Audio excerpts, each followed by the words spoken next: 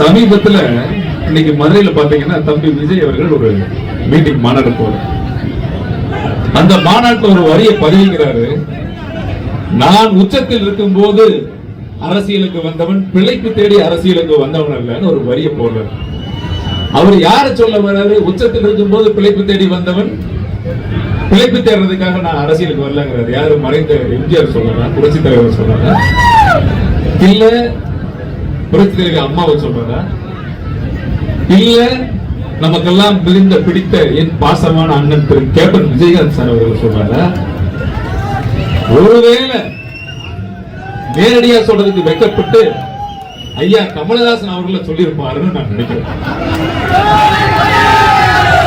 ஏன்னா அதுக்கு சிறந்த பொருத்தமான அளவு தான். பிழைப்பு தேடி அரசியல் செய்வது பொருத்தமான அளவு.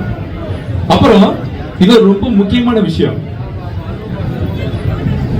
கையை சொடக்கு போட்டு திரு மோடிஜி கையை சொடக்கு போட்டு ஒருத்தர் நீட்டாங்கல்ல. 2014 ஏப்ரல் 16ஆம் தேதி அன்னைக்கு தேர்தல் பிரச்சாரத்தின் போது கொடிசியா வளாகத்துல பூனைக்குட்டி மாதிரி கையை கட்டிட்டு ரொம்ப உட்கார்ந்து தம்பி இப்ப கேட்கிறார் அவரு, இஸ்லாமிய சகோதரர்களுக்கும் இஸ்லாமியர்களுக்கும் துரோகம் விளைவிக்க வந்ததா ஒன்றிய அரசு கேட்கிறிய தம்பி? அன்னைக்கு நீ என்ன கோரிக்கையை வச்ச? கச்சத்தீவை மீட்கிறதுக்கு வந்து பாத்தியா? மீனவர் நடந்துக்காக பாத்தியா? இல்ல கல்வியை சமத்துவமா இருக்கணுங்கிறதுக்காக பாத்தியா? இல்ல கள்ளச்சாராயம் அதிகமாகி போச்சு தடுக்கிறதுக்காக பாத்தியா? எதுக்குடா வந்து பார்த்த?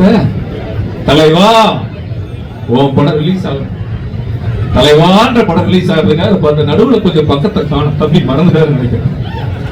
பிரெயின்ல பிரச்சனை இருக்குன்னு நினைக்கிறேன் இல்லையா?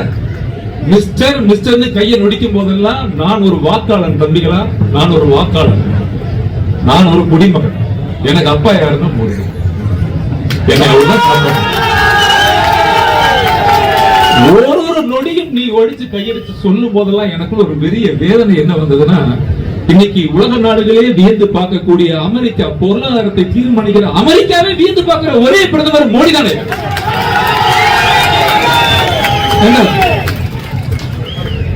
அறிவு இல்ல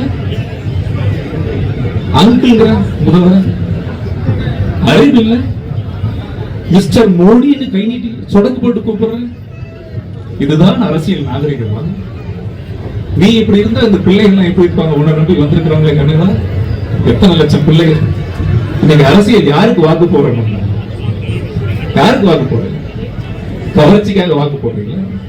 கள்ளச்சாராயம் விற்கிறவனுக்கும் கோட்டருக்கும் டெண்டருக்கும். தயவு செய்து என்னுடைய அன்பு மக்களே, இது ஒரு விநாயகர் சதுர்த்தி விழா தான். ஆனால் இந்துக்கள் ஒன்று கூடுவதற்கும் இறையாண்மையை பாதுகாக்குவதற்கும் கலாச்சாரத்தை பேணியாக்குவதற்குமான ஒரு கூட்டம்.